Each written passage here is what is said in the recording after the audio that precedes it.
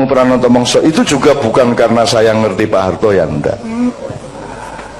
Cuman ketika saya ngobrol sama Pak Harto, saya melihat ada 2 poin itu yang paling menjadi landasan dia di dalam memerintah.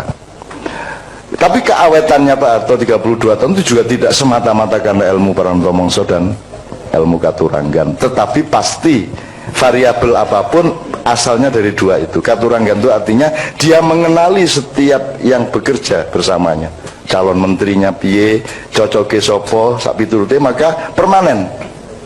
Maka setiap menteri dia selama Orde Baru dulu dikenal orang semuanya. Benci pun kayak apa tapi orang kenal. Sekarang tidak kenal toh. Menkominfo sopo? Orang ngerti toh gue? Orang ngerti saiki. Mensesnek sopo? Ono per Mensesnek. Aku jarang ngerti ono pora. Jadi sekarang itu sudah tidak ada artinya semua itu. Nah di zaman Pak Harto serius deh.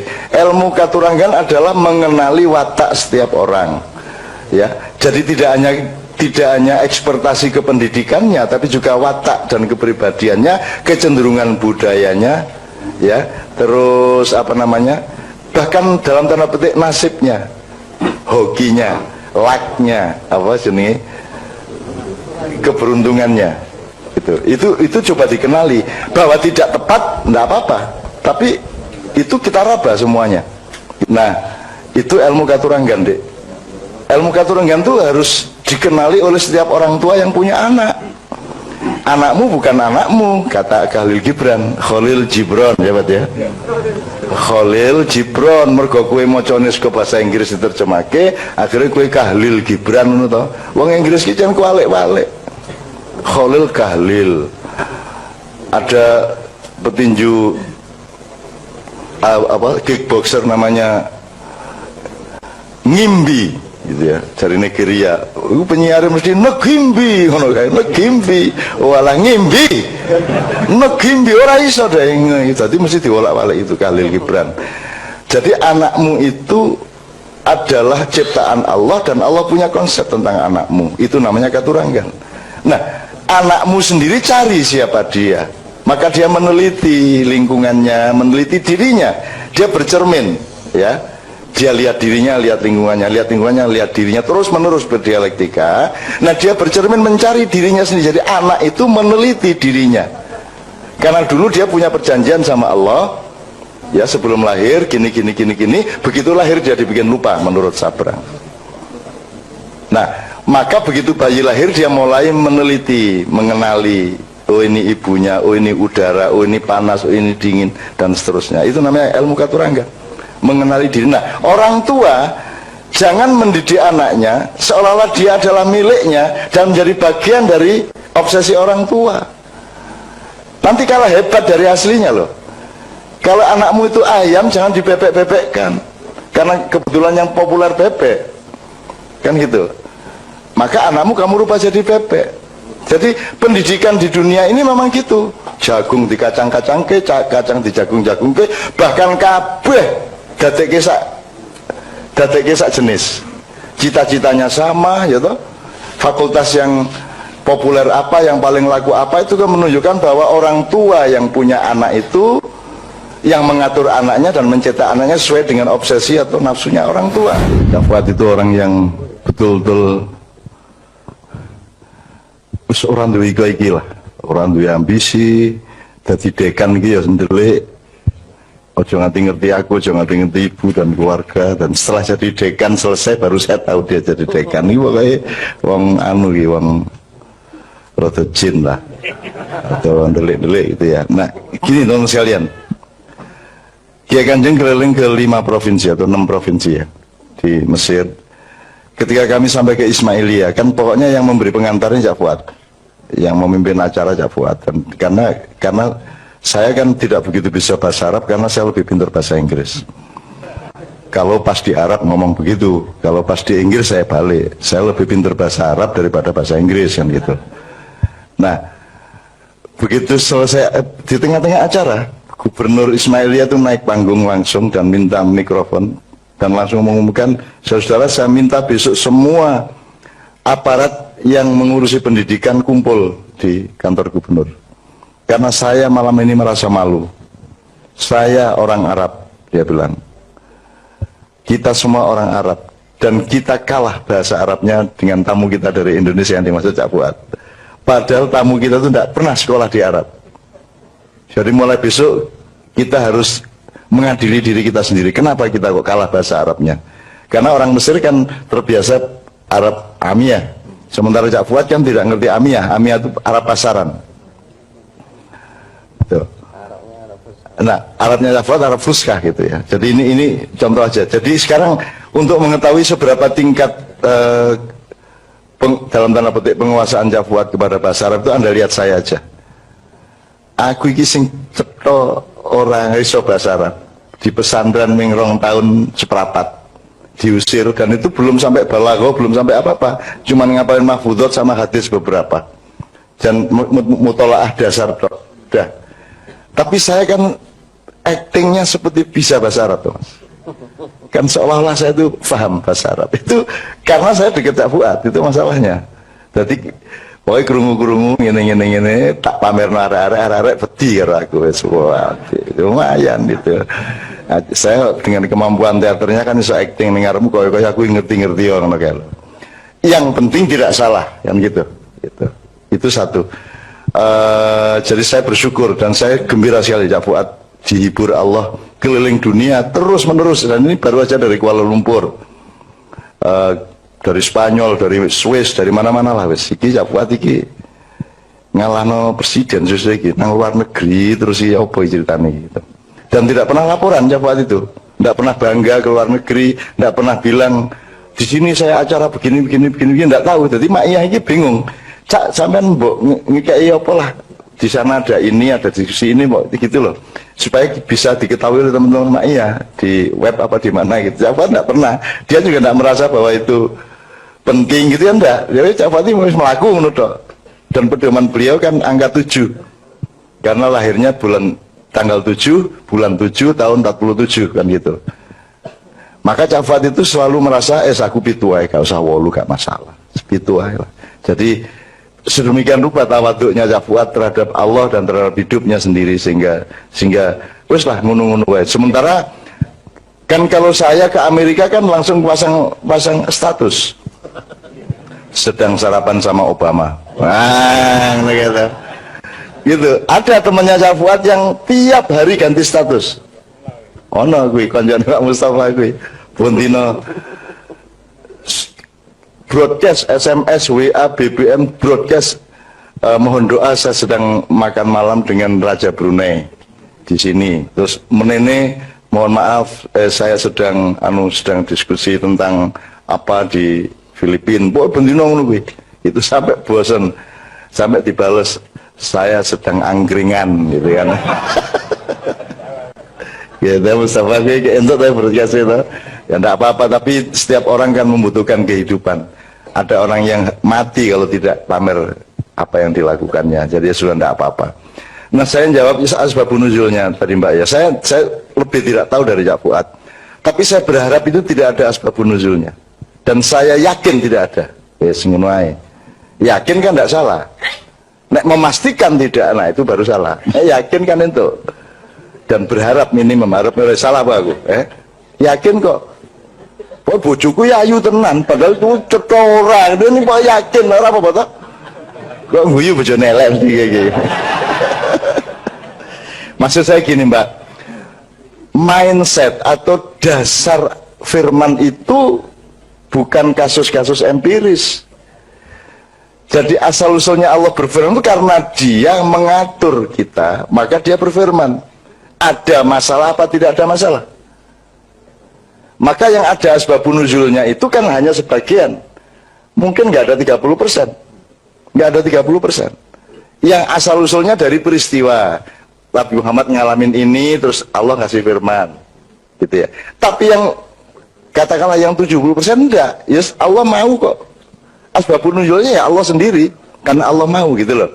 Jadi menurut saya in kuntum tuhibbunallaha tadi ya, saya lebih senang kalau tidak ada asbabun nuzulnya. Jadi Allah tidak reaktif. Kalau asbabun nuzul kan Allah reaktif. Misalnya At-Thaqafah Al-Madaniyah ya. Piagam Madinah itu lahirnya semua pakai asbabun nuzul dalam tanda petik ya, asbabul wurud ya Pak ya. Ada bentrok, rembuk, perjanjian, bentrok, rembuk, perjanjian, ada masalah, rembuk, perjanjian sampai 47 pasal. Tapi semua berasal dari bentrok. Kalau Allah ya memang mau berfirman, tidak usah asbabun nuzul gitu loh. Nah asbabun nuzul ini jangan jadi hantu juga teman-teman sekalian. Upama kowe ora ngerti asbabun nuzul ya ora apa-apa. Apa kowe tuku soto kudu nyelidiki iki sing dodol soto jenenge sapa, agamane apa, kecambahe kulak ning ndi. Terus iki mangkok tuku ning Praga apa ning endi? Lah mati ora iso mangan kowe. Nek kowe nang warung dengan tafsir, nang warung tadabbur aja. Sing penting sehat pora, seger pora, sedep pora, margi pora, sehat pora kan ngono wae. Bah asal usulnya ramudeng. Begitu juga kepada Al-Qur'an. Boleh Anda begitu. Tidak harus mengerti segala macamnya. Anggut toh ahli tafsir juga tidak akan pernah bisa menafsirkan alif lam mim. Alif lam mim selalu diterjemahkan hanya Allah yang tahu. Ngono ta? Ya seru aku nek hanya Allah yang tahu. Wis mesti ae. Lah apa kada ahli tafsir barang nek ngono bicara. Ya ta? Ya sing ngerti nek. Ya ro aku ya jan ya ro rek. Nek wallahu alam ya ro kabeh. Iki Kanjeng ini ke Mesir angger mulai bahasa Arab sidik-sidik ya rada iso sidik sak kalimat dua kalimat ini jawabnya wong Mesir ya mung wallahu alam. Jadi aku takon bahasa Arab fuskah rada tertib. Mereka kan tidak biasa neng toko gitu apa neng warung gitu. Kita mencoba bahasa Arab terus dia jawabnya ora wallahu alam ngono gitu. Nek sini sadaqallahul azim ngono kan. Kene iki arep praktek bahasa Arab dijawab sadaqallahul azim. Gitu teman sekalian. Jadi Anda jangan pusing sama asbabun nuzul, itu urusan para ahli tafsir. Dan kalau kita ngomong tadabbur itu yang langsung disarankan Allah, dianjurkan dan bahkan diwajibkan oleh Allah ya, karena kalimatnya kalimat perintah ya. Itu tidak menghalangi proses tafsir Muzammili untuk diterbitkan ya. Karena tafsir adalah bagian yang terpenting juga dari tadabbur. Kalau tafsir itu tulang berulangnya. Nek wong orang nganggo balungan kuwi nglemprek kaya sarung kan begitu. Jadi sangat penting tafsir Muzammili nanti kita tunggu terbitnya. Kira-kira gitu ya. Langsung kalau gitu samain aja sisan. Ilmu Pranoto Mongso itu juga bukan karena saya ngerti Pak Harto ya enggak. Cuman ketika saya ngobrol sama Pak Harto, saya melihat ada dua poin itu yang paling menjadi landasan dia di dalam memerintah. Tapi keawetannya Pak Harto 32 tahun itu juga tidak semata-mata karena ilmu Pranoto Mongso dan ilmu Katuranggan, tetapi pasti variabel apapun asalnya dari dua itu. Katuranggan itu artinya dia mengenali setiap yang bekerja bersamanya, calon menterinya piye, cocoke sopo, sak piturute, maka permanen. Maka setiap menteri selama Orde Baru dulu dikenal orang semuanya. Benci pun kayak apa, tapi orang kenal. Sekarang tidak kenal toh. Menkominfo siapa? Orang ngerti toh gue? Orang ngerti saiki. Mensesnek siapa?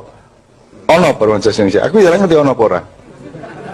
Jadi sekarang itu sudah tidak ada artinya semua itu. Nah di zaman Pak Harto serius deh. Ilmu Katuranggan adalah mengenali watak setiap orang. Ya, jadi tidak hanya ekspertasi kependidikannya, tapi juga watak dan kepribadiannya, kecenderungan budayanya, ya, terus apa namanya, bahkan dalam tanda petik nasibnya, hokinya, lucknya, apa jenis, keberuntungannya, itu coba dikenali. Bahwa tidak tepat, tidak apa-apa, tapi itu kita raba semuanya, gitu loh. Kan ono wong sing ada orang yang pintar matematik tapi tidak suka, maka dia pergi ke yang lain. Ada orang yang suka matematik tapi dia tidak berbakat matematik. Itu salah satu ujian Allah dan kemesraan Allah dengan kita. Maka kita jangan pusing-pusing juga, gitu loh. Maksud saya, ya sudah ngikut aja, ya sudah ngikut. Anak saya pintar matematika, nomor 1 di sekolahnya, tetapi dia tidak begitu kerasan. Kalau dia diikutkan lomba, dia selalu berdoa mudah-mudahan tidak usah menang ya, gitu. Apa nek menang, wongku repot, wongku nang kota madya baru kui provinsi nasional, wah repot itu nanti. Malah ngono kuwi. Iya aku. Jadi aku arep bangga sithik ngono ra iso. Siapa ranking 1? Aku takon, kalau bisa jangan saya lah. Ngono kuwi jawab anakku. Coba kan. Nomor 1 saya lah jadi wong tua ya sok-sok pengen bangga-bangga sithik. Tapi saya juga senang dengan jawaban itu. Ternyata dia berdaulat atas kehidupannya. Ternyata dia mengatur dirinya. Dia tidak terikat oleh menjadi menang atau menjadi kalah. Gitu loh. Jadi rasa tak wurui ternyata wis ngono kuwi anakku. Gitu. Jadi nek selalu ngaku bodoh, selalu ngaku nggak ngerti dan seterusnya. Gitu. Nah, itu ilmu katuranggan, Dek. Ilmu katuranggan itu harus dikenali oleh setiap orang tua yang punya anak. Anakmu bukan anakmu, kata Khalil Gibran, Khalil Gibran, ya Pak ya. Khalil Gibran, mergo kowe macane ke bahasa Inggris diterjemahke, akhirnya kowe Khalil Gibran ngono to. Wong Inggris ki jan kualik-walik. Khalil Khalil. Ada petinju kickboxer namanya Ngimbi gitu ya, dari Nigeria. Penyiar mesti Ngimbi ngono kae, Ngimbi. Walah Ngimbi. Ngimbi ora iso deh, jadi mesti diwolak-walik itu Khalil Gibran. Jadi anakmu itu adalah ciptaan Allah dan Allah punya konsep tentang anakmu. Itu namanya katuranggan. Nah, anakmu sendiri cari siapa dia. Maka dia meneliti lingkungannya, meneliti dirinya. Dia bercermin, ya. Dia lihat dirinya, lihat lingkungannya, lihat dirinya, terus menerus berdialektika. Nah, dia bercermin mencari dirinya sendiri. Jadi anak itu meneliti dirinya. Karena dulu dia punya perjanjian sama Allah, ya sebelum lahir gini, begitu lahir dia dibikin lupa menurut Sabra. Nah, maka begitu bayi lahir dia mulai meneliti, mengenali, oh ini ibunya, oh ini udara, oh ini panas, oh ini dingin, dan seterusnya. Itu namanya ilmu katuranggan, mengenali diri. Nah, orang tua jangan mendidik anaknya seolah-olah dia adalah miliknya dan menjadi bagian dari obsesi orang tua. Nanti kalah hebat dari aslinya loh. Kalau anakmu itu ayam, jangan dibebek-bebekkan. Karena kebetulan yang populer bebek. Kan gitu. Maka anakmu kamu rubah jadi bebek. Jadi pendidikan di dunia ini memang gitu. Jagung di kacang-kacang ke, kacang di jagung-jagung ke, bahkan kabeh dadekke sak jenis. Cita-citanya sama, ya toh. Fakultas yang populer apa, yang paling laku apa, itu kan menunjukkan bahwa orang tua yang punya anak itu yang mengatur anaknya dan mencetak anaknya sesuai dengan obsesi atau nafsunya orang tua. Didelok dia mati ya rek kita diopo ya opo. Termasuk banyak orang sudah mulai mengeluh kok anake cak nun sing wedok ora jilbaban. Gitu kan. Kowe engko kaget dhewe lho suatu hari. Wis tau kowe iki tenang wae. Mbak Novia itu kawin sama saya 2 tahun juga tidak jilbaban dan saya tidak pernah menyentuh. Menyentuh lah. Maksud saya tidak pernah ngomongin soal itu. Nggak pernah saya, nggak pernah menyuruh dia berjilbab. Karena saya tidak mau dia berjilbab karena saya tidak mau berjilbab karena teman-temannya, saya tidak mau dia berjilbab karena yang bukan Allah. Yang penting saya proses, saya dorong terus uluhiyah di dalam dirinya, dialektika dengan Allah, itu saya proses terus, sampai akhirnya dia pasti punya cita-cita sendiri, cuman dia butuh proses budaya, butuh momentum hidayah, butuh tahap-tahap, di mana dia akan, kalau sudah mengambil keputusan, dia akan mantap, semantap-mantapnya. Yang begitu. Setelah 2 tahun, Mbak Novia baru pakai jilbab. 2 tahun, dan saya tidak pernah, ketika dia pakai jilbab, saya juga tenang aja, enggak pakai saya juga tenang aja. Biarin aja, wong dia urusan sama Allah kok, sendiri kok, enggak sama saya kok, gitu. Bahwa aku dionanake wong yang mengurangi dosa seperti Gus Dur tadi itu.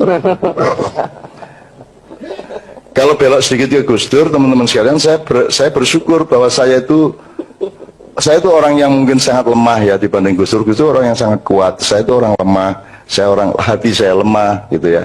Jadi saya tidak kuat menanggung seperti yang ditanggung oleh Gus Dur. Gus Dur itu tidak hanya difitnah orang, tapi dibesar-besarkan melebihi dirinya, gitu loh. Jadi kasihan juga sama Gus Dur saya.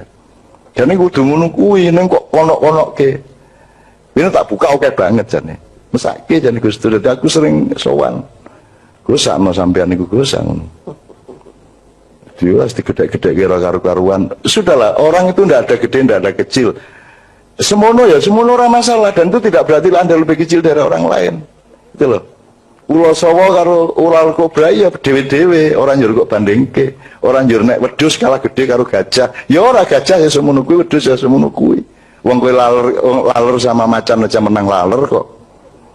Aja njur bagusi kowe dadi macan, aku macan. Nek kowe dileboni laler motor, aku ingin nangkep laler siji wae ra iso.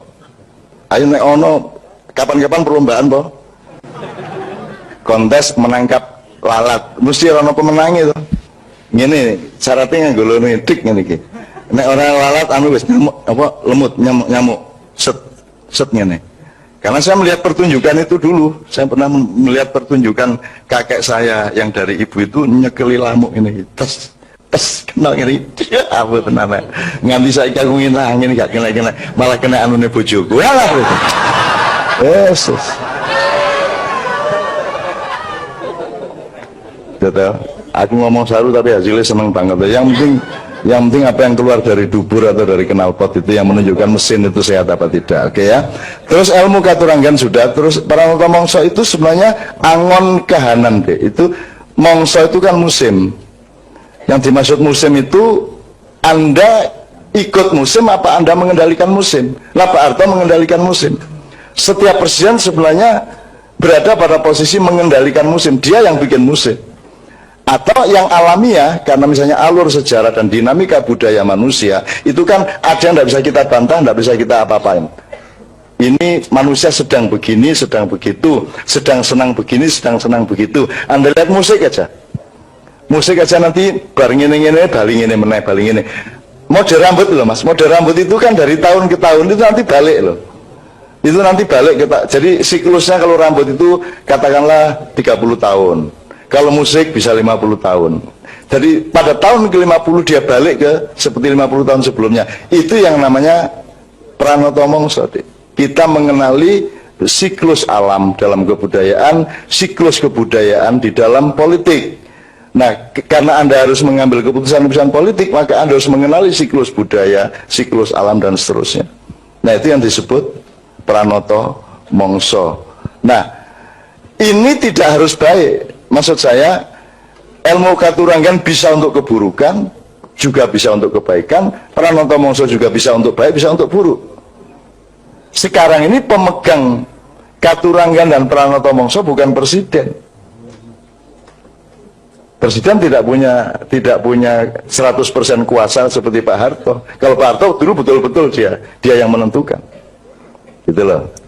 Mungkin jadi itu banget nganti esok. Jadi kira-kira seperti itu. Pertanyaan terakhir Pak Muzamil barangkali apa? Yang terakhir tadi itu yang tentang dermawan.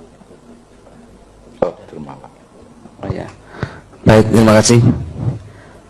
Tapi ini saya hanya karena saya pegang apa ini? Komputer, apa ini? HP yang ada kitab kuningnya banyak. Ini saya lihat ya buat asbabun nuzulnya apa kul in kuntum tuhibbunallaha fattabi'uni itu. Jadi dalam tafsir Al-Wasid ya, tafsir Al-Wasid karangan Al-Wahidi itu disebutkan bahwa latar belakang turunnya ayat itu, jadi Nabi Muhammad itu datang ke Masjidil Haram, kemudian beliau menjumpai orang-orang Quraisy itu sedang menyembah berhala, itu ya Pak. Lalu Nabi bilang, kalian telah menyimpang dari milahnya leluhur kalian yaitu Ibrahim. Karena Nabi Ibrahim itu ajarannya tauhid.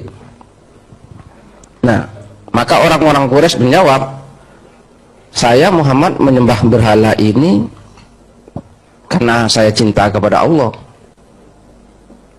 Gitu. Itu jawaban orang Quraisy. Maka turunlah ayat qul in kuntum tuhibbunallaha fattabi'uni. Katakanlah Muhammad, jika kalian benar-benar mencintai Allah, maka ikutilah aku, yaitu Nabi Muhammad. Itu di situ begitu ya asbabun nuzulnya. Tapi ada dua pendapat. Pendapat kedua di situ disebutkan orang Yahudi. Jadi orang Yahudi mengaku sebagai anaknya Allah, abnaullah wa ahibbahu, dan orang-orang yang dicintai dan mencintai Allah, tapi tidak mau beriman kepada Nabi Muhammad. Maka turun ayat itu. Jadi ada dua pendapat tentang asbabun nuzul itu. Tapi ini teman-teman semua yang sangat menarik ini. Bukan berarti saya kok lebih tahu daripada Cak Fuad gitu ya. Ini karena saya pegang apa? Pegang hidup kuning gitu ya. Nah, ini yang menarik, ini pelajaran yang sangat berarti dari Cak Fuad gitu ya. Jadi saya ini luar biasa Cak Fuad ini. Itulah. Gini, saya Cak Fuad ini kalau dulu ini Imam Malik gitu ya. Sebenarnya Cak Fuad saya yakin bukan karena tidak tahu ya. Gitu ya. Tapi beliau meniru Imam Malik.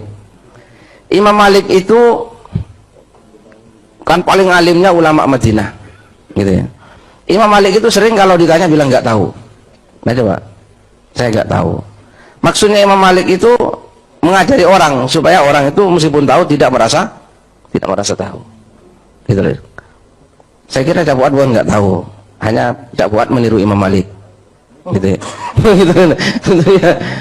Lalu Imam Malik sering didatangi orang, ditanya, nggak tahu, kamu tanya sama orang lain saja. Nah, gitu loh. Bahkan pernah satu saat Imam Malik itu ditanya oleh orang 48 pertanyaan. Coba bayangkan. Akhirnya Imam Malik menjawab berapa? Apa dijawab semua? Ternyata yang dijawab hanya berapa? 48 ya. Yang dijawab hanya 16. Sisanya berapa? 32 Imam Malik bilang tidak tahu. Loh, gimana Imam Malik? Saya tidak tahu yang 32 itu. Nah, bayangkan seorang alimnya seperti Imam Malik menjawab tidak tahu. Nah, itu saya kira Cak Fuad gitu ya, bukan tidak tahu beliau gitu ya. Tapi meniru Imam Malik gitu ya. Dan Imam Malik seperti itu. Nah, jadi besok kalau sampai tanya sama saya jawab tidak tahu juga, berarti saya niru Imam Malik juga. Nah, itu. Nah, Imam Malik ini, Imam Malik bin Anas al-Maliki itu. Ya begini masalah kedermawanan itu, apa? Kedermawanan ya. Ya memang yang disebut dermawan itu bukan karena memberi untuk mendapatkan yang lebih. Iya. Termasuk tidak memberi kesempatan kepada orang lain, itu kedermawanan gitu ya. Al-isar itu mengalah itu orang yang dermawan. Jadi kalau sampean antri gitu ya, terus karena melihat ada ibu-ibu atau siapa yang lebih berhak lebih dulu dari sampean nggak usah ngasih uang sama dia kan, tapi sampean mengalah, oh ya sudah lebih dulu, itu juga bagian.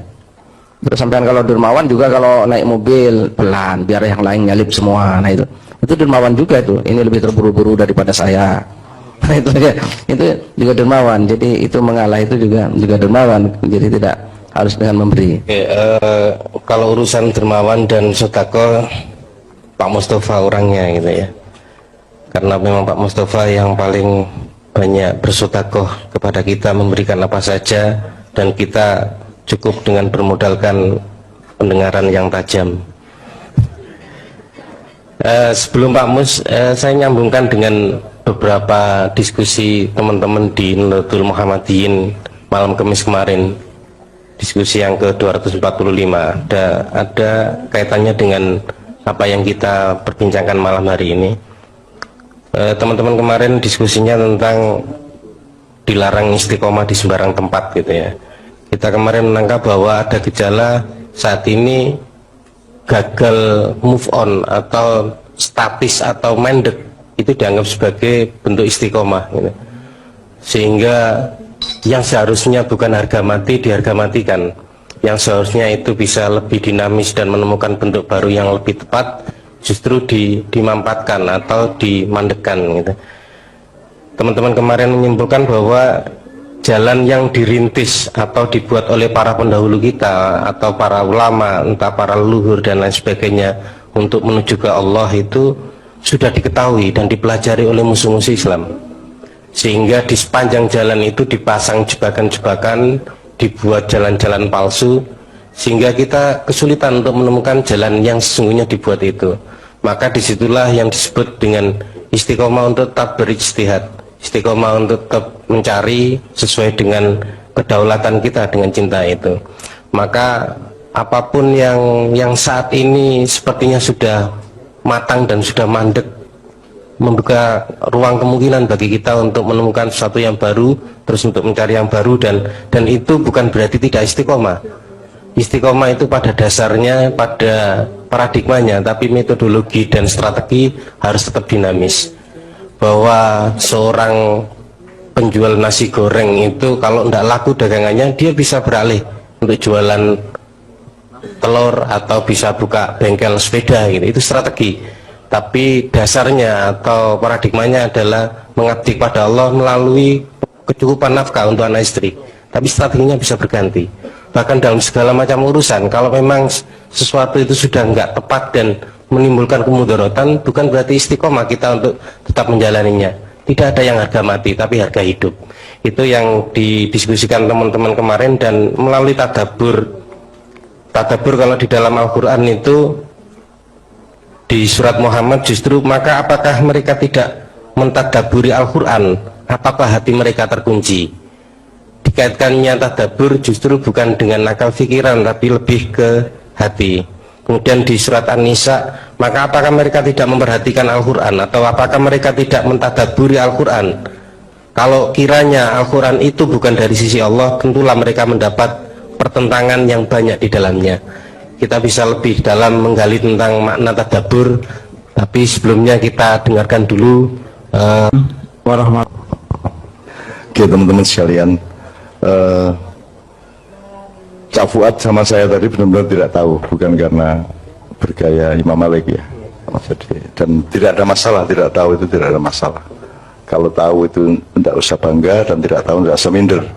Kabeh wong ono ngertine, ono orang ngertine. Jadi kita tetap seimbang saja. Dan Cak Fuad tidak sedang menerapkan itu metode akhlak ya, pendidikan akhlaknya Imam Malik. Kan kalau di Imam Malik itu kita anggap itu yang terbaik, berarti Imam Syafi'i jadi jelek kan gitu. Karena Imam Syafi'i kan ngasih tahu terus, jawab terus gitu. Jadi semua itu kita hormati, kita semua kita tadaburi. Kita tadaburi artinya pokoknya semua bermanfaat untuk kita apa saja. Teman-teman sekalian, saya bilang sama Mas Haryanto, kita ini sedang berada pada situasi agak salah tingkah saya ini, dalam arti Allah ini memberi rahmat ilmu yang luar biasa kepada Ma'iyah, dan beberapa bulan terakhir itu progresi hidayah Allah itu luar biasa, bikin kita kewalahan. Kalau istilahnya Mas Haryanto, iki orang mengadus iki diancep-ancep neng kali gitu. Jadi kita itu habis-habisan.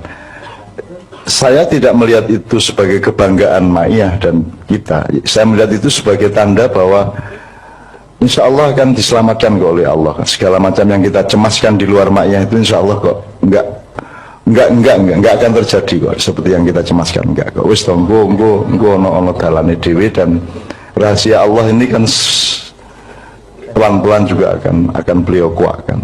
Jadi Bapak sekalian, ibu-ibu, anak-anakku semua, cucu-cucu, mari kita terus bertadabbur dan melakukan setiap kali itu kepekaan dan kesadaran untuk terus-menerus mengambil manfaat dan mensyukuri. Sebagaimana nyun sewu sedikit ini sebelum dengan Kiai Kanjeng kita do Gusti bareng-bareng ya, do Gusti bareng-bareng. Saya Padang Bulan pernah kedatangan Prabu Brawijaya 3 kali. Jadi orang yang merasa dirinya Prabu Brawijaya dengan pengiringnya, dan itu saya terima, dan kita ajak naik, dan kita kasih peluang untuk berbicara. Saya dapat tamu di Kadipiro macam-macam. Jadi saya cuma melihatnya begini, semua orang itu penuh cinta kepada bangsanya, kepada rakyatnya. Terus mereka mencari cara untuk ikut menyelamatkannya gitu. Kalau kita ngomong kedermawanan, saya melihat Ma'iyah ini sedekah untuk Indonesia. Sebab kita kan tidak punya kewajiban. Kalau zakat wajib, sholat 5 waktu wajib, tapi ini sholat sunat toh. Maka sholat sunat itu berfungsi sedekah dalam tanda petik. Kalau dia kepada manusia, kan Ma'iyah tidak harus ada. Dan kita juga tidak harus bantu apa-apa ke Indonesia, wong kita sudah bayar orang untuk ngurusi Indonesia. Nah, kita kan tidak ikut bertanggung jawab secara hukum matrik 5-nya Islam itu. Tapi kita mau melakukan seperti ini. Bahkan yang berkewajiban sendiri tidak pernah berinteraksi dengan rakyat seperti ini. Padahal dia dibayar untuk itu, tapi tidak pernah. Dan alhamdulillah ini merupakan sedekah kita. Markis Kudro itu bagi saya sedekahnya luar biasa. Kedaulatan dan kemandiriannya luar biasa, karena sampai hari ini saya belum pernah datang ke sana dan mereka tidak tergantung sama saya. Bahkan yang masih baru seperti Juguran Syafaat saya pernah datang sekali, tapi ke Markis Kudro saya belum pernah toh. Belum ya Mas? Iya, belum pernah. Dan Anda tidak peduli saya datang apa tidak, karena Anda mengerti apa yang seharusnya dan apa yang tidak harus, kan begitu. Jadi menurut saya itu sedekah. Jadi teruskan Markis itu sebagai sedekah Anda kepada rakyat, kepada Indonesia, kepada bangsa, kepada semua. Sebab Anda tidak berkewajiban, dan nilai Anda bermarkis Kudro itu lebih tinggi daripada orang bikin parpol yang dikasih biaya pemerintah, yang tujuannya juga mengambil dan meminta. Sementara Ma'iyah itu tidak pernah ngambil apa-apa, tidak pernah minta apa-apa, tidak pernah nuntut apa-apa. Dan itu juga yang disebut Mas Haryanto tadi, itu sebuah jenis sedekah. Jadi kue orang nyolong itu sedekah loh Mas. Jadi aku ini bendino iki menikmati ganjaran oke banget. Turu ya untuk ganjaran, rasanya hatiku loh ya, muka-muka bener. Kok lagi maya ini Jakarta do nyolong aku turu ya. Apa itu gue? Jadi tidak apa-apa, tidak ngapa-ngapain pun kita bersedekah sebenarnya. Kalau kita perluas makna sedekah itu. Jadi bukan hanya memberi, tidak mengambil itu pun sedekah.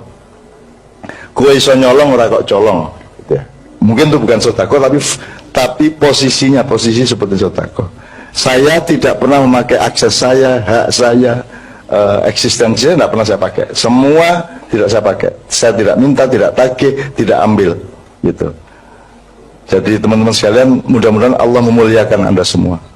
Dan yang terpenting bukan Anda menjadi mulia, yang terpenting adalah anak-anakmu akan dimuliakan Allah. Anak-anakmu akan dimudahkan oleh Allah hidupnya. Cucu-cucumu akan diberkahi oleh Allah. Dan itu sebenarnya cita-cita yang utama dibanding cita-cita kita mengenai diri kita sendiri. Kalau kita kan tidak penting-penting amat. Nah, anakmu kan penting banget, putumu penting banget. Jadi mudah-mudahan ono bocah SMP kelas 1 melu Ma'iyah nganti jam 4 itu muga-muga sesuk ya sabar karo gurune, sebab dhek mesti cerdas terus kepingin bantah terus, dan aja bantah-bantah. Wis ora apa-apa, selesaikan sekolah sebaik-baiknya dan patulah kepada guru selama di sekolahan, bahwa gue bantah engko nek wis bar sekolah wae. Selama sekolah taatlah, enggak apa-apa sampai Anda jadi sarjana, supaya ibu Anda senang, bapak Anda senang. Tidak usah menerapkan semua kehebatan Anda di kampus, karena kampus itu tempat bukan untuk mencari ilmu, tetapi tempat untuk menyenangkan orang tua Anda. Ngono ceritane ngono iku. Ngono nek aku jadi ben cepet lulus kowe iki. Gitu. Oke, teman-teman sekalian, Cak Fuad sama saya tadi benar-benar tidak tahu, bukan karena bergaya Imam Malik ya. Jadi, dan tidak ada masalah, tidak tahu itu tidak ada masalah. Kalau tahu itu tidak usah bangga, dan tidak tahu tidak usah minder. Kabeh wong ono ngertine, ono orang ngertine. Jadi kita tetap seimbang saja. Dan Cak Fuad tidak sedang menerapkan itu metode akhlak ya, pendidikan akhlaknya Imam Malik. Kan kalau Imam Malik itu kita anggap itu yang terbaik, berarti Imam Syafi'i jadi jelek kan gitu. Karena Imam Syafi'i kan ngasih tahu terus, jawab terus gitu. Jadi semua itu kita hormati, kita semua kita tadaburi. Kita tadaburi artinya pokoknya semua bermanfaat untuk kita apa saja.